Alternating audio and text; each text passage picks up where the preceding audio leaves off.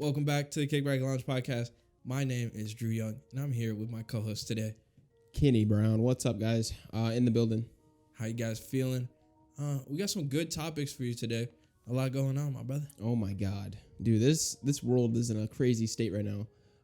But yeah, Elon Musk still is taking the cake on the biggest spike in news. Yeah, I would say that's the biggest thing we got today is a change, because this situation of Elon Musk buying a bunch of Twitter stock, and then now buying Twitter, taking it private, got accepted recently for around, I think it was like $44 billion.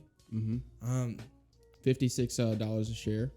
Yeah, a lot of people on both sides of the spectrum. A lot of people feeling certain ways about it. Some people feel like it's the end of democracy. Some people feel like it's the beginning of free speech. Yeah, beginning of free speech, man. Or well, not obviously not the beginning, but the enhancement of free speech and continuation. What are your initial thoughts on this? Definitely a shake in the marketplace. I think that him also, we forgot to mention, also like selling that Tesla stock. Yeah. Definitely shows the state of the world, and definitely shows like where the power is right now. It's kind of crazy to see that a person like Elon Musk is now owning Twitter. Jack Dorsey handed it over to a different person as well, didn't he? Yeah. Before selling it himself. So who was going to enact more restrictions on speech in the Twitter sphere? I will say some of the interesting things that Elon is trying to bring to the Twitter space is like things like monetization.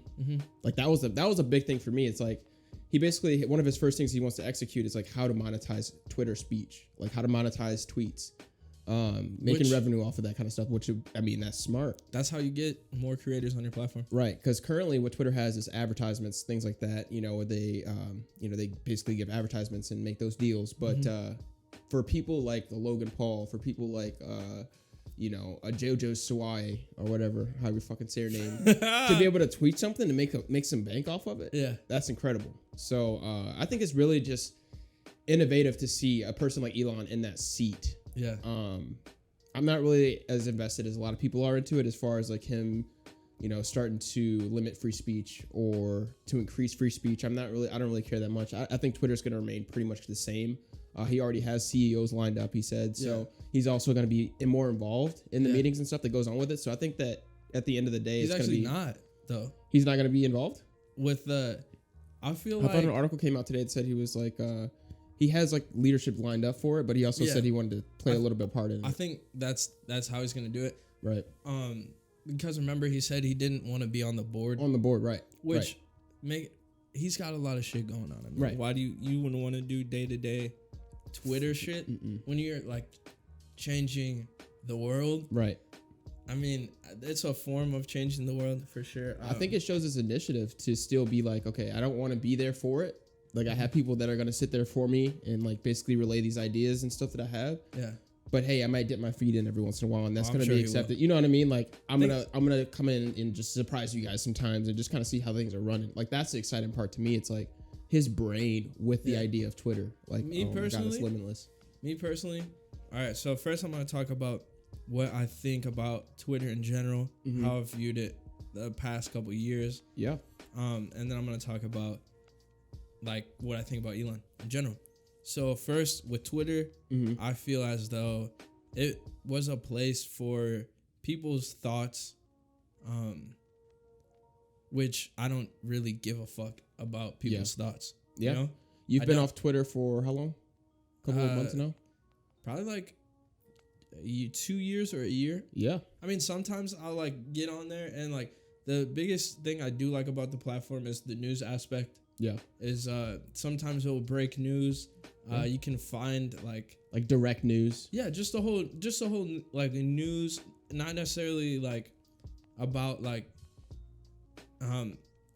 breaking important information, but just like, hey, this release is coming out. Hey, direct, this unfiltered game's coming news. out. Right. But just like it's a good platform for just like getting updated on what's going on in the world.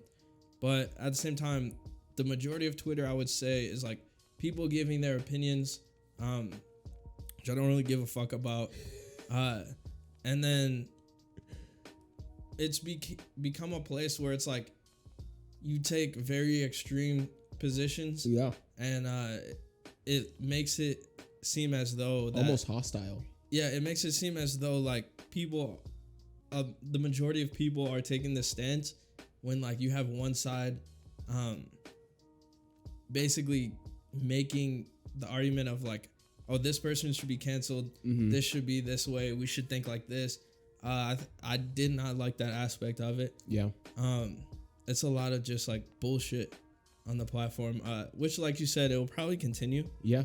But I feel like you should be able to voice your opinion, however you feel. Yeah. Unless it's like some wild shit, like some terrorist shit, or like stuff like that, or just like obviously just like hate or anything. Any type of that needs to be regulated. Mm-hmm. I don't think it should be on the internet, especially when there's like kids on the platform and shit. But other than that, like I feel like you should be able to have your own opinions and be able to disagree and speak your mind. So let me ask you this: what do you say to someone who kind of argues the other side of it? Like, all right, he took $44 billion to buy this company to basically increase his enterprise, rather than taking that $44 billion and applying it to like things like world hunger. I would say that Elon is trying to advance human society and make living more convenient. Which, what the fuck are you doing? Yeah. To do that. Yeah, 100%. So yeah, that's what I would say. 100%. And you can go as far as to say too, he basically challenged the world to come up with a plan to establish, I would basically give $8 billion to end world hunger, come up with a plan, and I'll give it. Mm-hmm. And they gave him a plan. He didn't do it, but to his extent, I mean, he did try. And the thing is, like, a lot of people say, oh, you can't take that $44 billion and put it back into things like a company. But he made that money. He made that money. Yeah, he made that money. And not only is he like basically furthering like civilization as a whole, but while he's doing it, he's also, establishing his ground on like making his money and making his real estate. He still is a human being too. You know what I mean? At the end of the day, he has legacy. Right. So it's like, I see where he's coming from there. And honestly, if he wants to spend some money on Twitter, there's nothing wrong with that. People like Jeff Bezos do it every day. So, it's all business. Speaking of Jeff Bezos,